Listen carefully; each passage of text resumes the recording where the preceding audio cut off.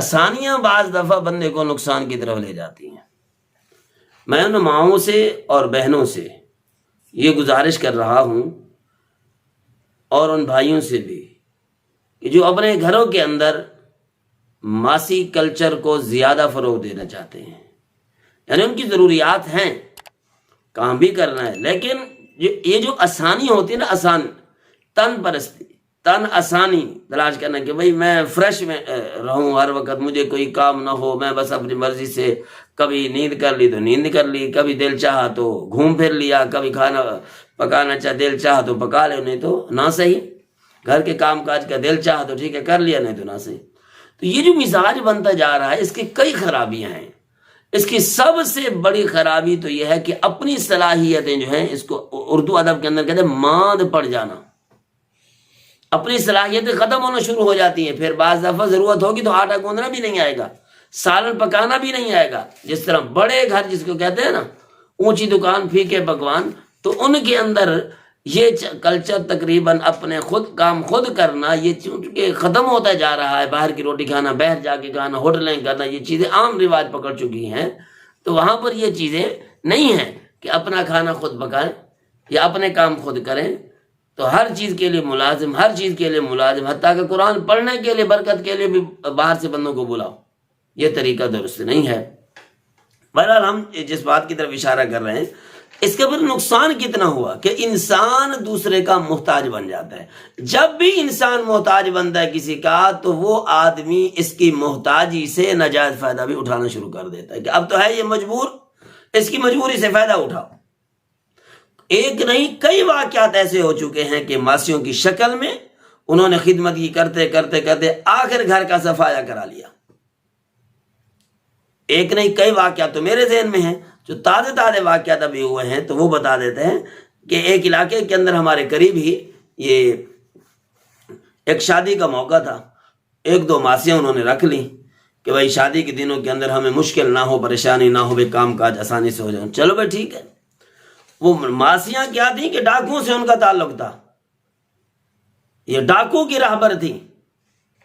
پتہ چل گیا ان کو یہ چیز یہاں پڑی ہے، سونے یہاں پڑا ہے، چاندی یہاں پڑی ہے، یہ سیف الماری ہے، یہ چیز ہے، سارا کچھ یہاں پڑا ہے۔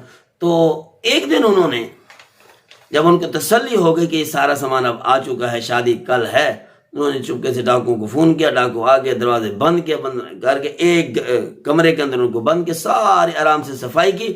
صفائی کرنے کے بعد چل پڑے۔ چل بھائی کہاں گئی ماسیاں، کہاں گئے خادم، کہاں گئی یہ آسانیاں سہولتیں؟ دوسرے دن شادی تھی، اب نہ سونا ہے، گولڈ ہے، نہ کوئی زیورات ہے، نہ کوئی سامان ہے، نہ فرنیچر ہے۔ اب دلہے بھی ویسے، دلہنے بھی ویسے۔ دوسرا واقعہ بھی ہمارے قریب کا ایک ہے کہ وہ خود بلکہ وہ گارڈ بتا رہا تھا کہ بڑا عجیب سا چکر ہوا کہ ایک رات میاں بیوی اوپر گئے سونے کے لیے، تو دیکھا کہ ایک آدمی لمبا تڑنگا موٹا تازہ اوپر والے کمرے کے دوسری منزل یا تیسری منزل اوپر پڑا ہے، اور بیڈ کے اوپر بڑا اچھے طریقے سے آرام فرمائے، اے سی فل چلا ہوا ہے، پتہ نہیں اس کو میں کہاں پڑا ہوں۔ تو کہتے مجھے فون کیا، میں پہنچا، میرے پاس گن تھی، تو دو آدمی میرے ساتھ بھی تھے، میں نے جاتے ہی اس پہ وار کیا اور زور سے اس کو تھپڑ مارا۔ اس کی عقل تو ٹھکانا، بہرحال وہ اٹھا تو ہوش تو گم تھے اس کے۔ یہ کیا ہو گیا؟ کہ جب اس سے پوچھا تو اس نے کہا یہ جو آپ کی نگرانی ہے نا، اسی نے مجھے دن دہاڑے 12 بجے مجھے یہاں انٹر کیا ہے، اندر داخل کیا ہے، اور وہ خود شام کو چلی گئی تھی 5-7 بجے۔ چلتے چلتے پھر اس نگرانی کے گھر گئے، پولیس ہے، اس نگرانی وہ تو ماننے کو تیار ہی نہیں تھی، یہ کون میں کون؟ وہ کہا میں نے کھانا کھایا یہاں پہ، یہ سارا فلاں چیز کہتا، اس نے تو مجھے دیا ہے، کیونکہ وہ تو مار کھا چکا تھا، سارا کچھ اس نے اگل دیا۔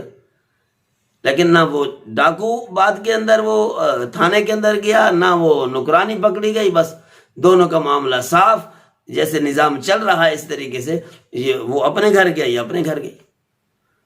تو آسانی کو، سہولتوں کو اپنے اوپر اتنا سوار نہ کریں کہ آپ کی مجبوری بن جائے، پھر آپ کی مجبوری سے لوگ ناجائز فائدہ اٹھائیں اور عورتیں آپ کی مجبوری سے ناجائز فائدہ اٹھائیں اور اپنی مرضی سے کام کریں اور آپ کے راز ان کے پاس ہوں، پھر آپ محتاج ہوں، مجبور ہوں ان کو رکھنے کے لیے، یہ طریقہ کرنا درست نہیں ہے۔ اپنے ہاتھ سے کام کرنا یہ اسلامی کلچر ہے، اللہ کے نبی صلی اللہ علیہ وسلم ازواج مطہرات کا انداز اور طریقہ کار ہے۔